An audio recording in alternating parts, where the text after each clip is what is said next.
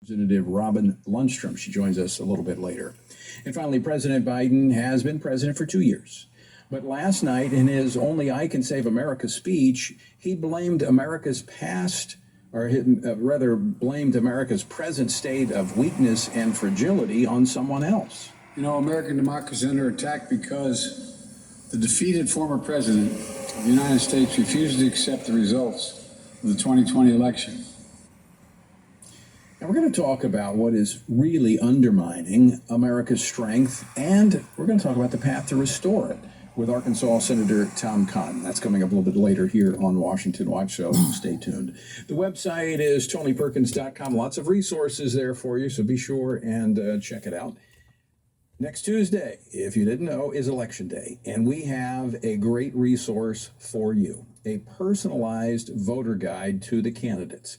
Now, the candidates on this guide are rated liberal to conservative based upon their stance on a range of issues. And it's based upon where you live. And so it's who you will be voting for. All you need to do is to text the word guide, G-U-I-D-E, that's G-U-I-D-E, guide to 67742. 67742. Text the word guide. You'll get a link, follow the link, put in your address, and within seconds you'll have your own personalized voting guide. Join millions of others who are using this personalized tool to help them vote next Tuesday.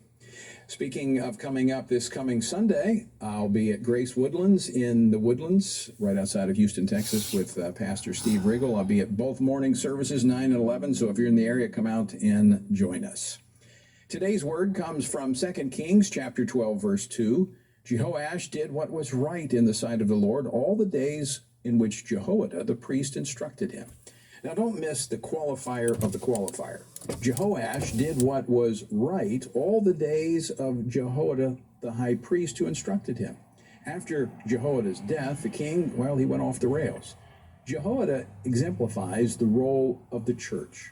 To quote Dr. Martin Luther King Jr., he said this, quote, "The church must be reminded that it is not the master or the servant of the state, but rather the conscience of the state. It must be the guide and the critic of the state and never its tool.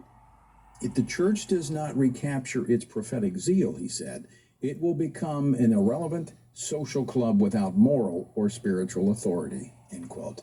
What does the church need to do to be the conscience, the guide of the state? Well, first, it must be grounded on the Word of God, standing prophetically for the truth. And then it must be informed and engaged. To join our journey through the Bible, visit TonyPerkins.com. You can also join me each morning at 8:44 a.m. Eastern for a short devotional based upon the daily reading at TonyPerkins.com. As I mentioned last night, just days before the midterm elections, President Biden trekked a few blocks from the White House to Union Station to deliver a speech on democracy. And it was a bizarre and often rambling address. And in this, the president did his best to turn the attention of Americans away from his failed policies and create yet another boogeyman, anti-democracy forces that only he can stop.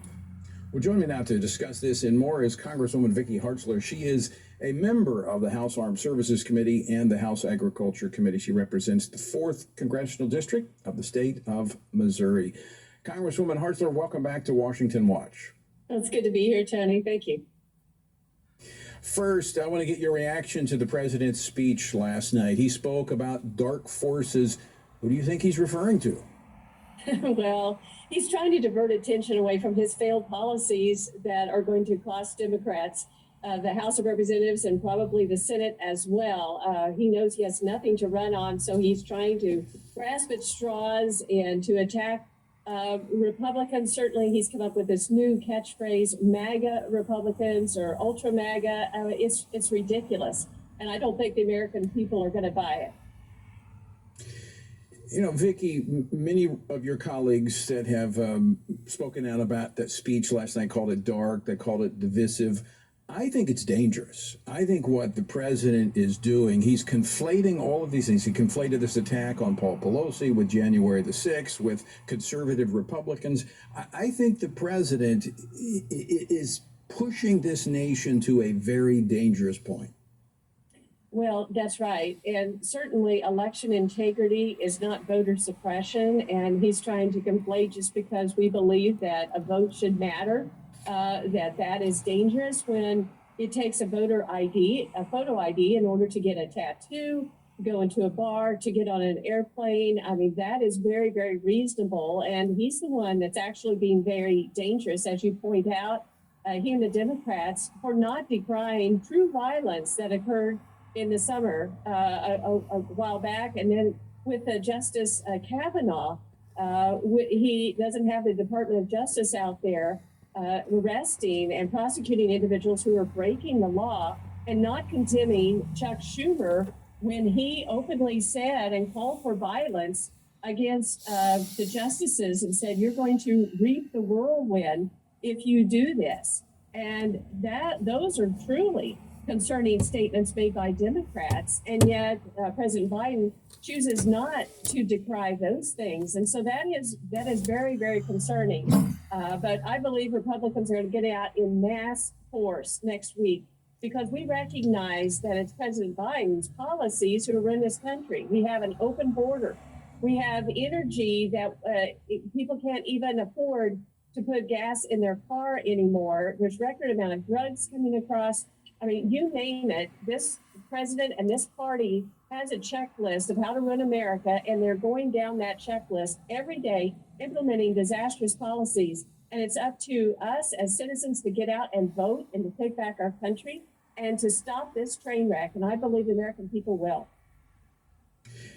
Vicki, I want to play. You mentioned something about voter suppression, and the president brought that up last night, saying MAGA Republicans are suppressing vote. I'm going to play two clips. I want to play clip number 5 and number 7. So play clip 5 and then play clip 7. The extreme MAGA element of the Republican Party, which is a minority of that party, as I said earlier, but is its driving force, is trying to succeed where they failed in 2020, to suppress the right of voters and subvert the electoral system itself. That means denying your right to vote and deciding whether your vote even counts. Once again, we're seeing record turnout all over the country, and that's good. We want Americans to vote. So how can those two things both be true? If MAGA Republicans are succeeding in suppressing voter turnout, but yet all of the early voting records are being shattered in many places because so many people are voting. So in fact, in states like Georgia, where he criticized the reform efforts that brought confidence back into the electoral system, how can those two statements be true? Well, they're not. They're contradictory. As you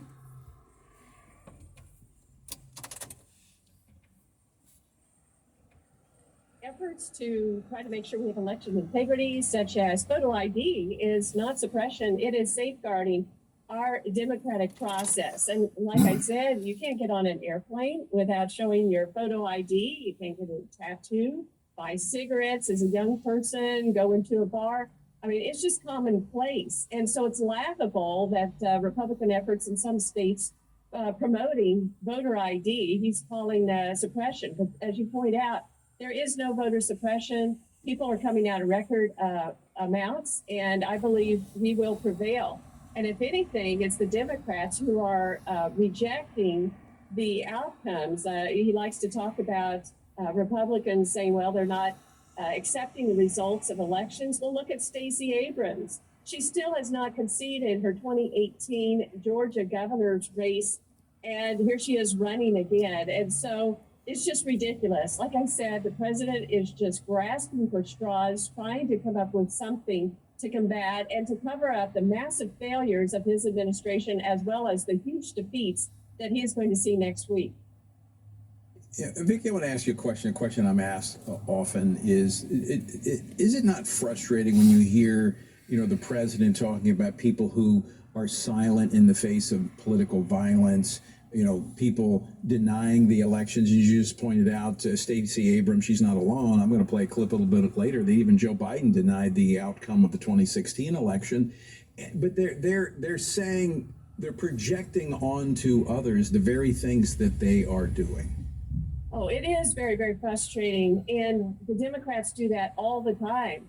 they blame Republicans for what they're doing themselves. Even now, you know, they're trying to say that Republicans are going to cut Social Security and Medicare. That is an old argument Democrats have been using for years. When I was a state representative and running for re-election back in the 90s, my Democratic opponent sent out a flyer saying that I was going to cut Social Security, which is laughable. A state, that's a federal issue. You know, state representatives don't even vote on that. So, like I said, they're just pulling out their old tricks, throwing everything that they can at this electorate and hoping that the American voter will be ill-informed and will buy this the lies. And I'm hopeful that won't happen. And that's why Washington Watch is here, to shine light on the truth. And that's why we have folks like you on the program. Vicki Hartzer, always great to see you. Thanks so much for joining us today. Great to be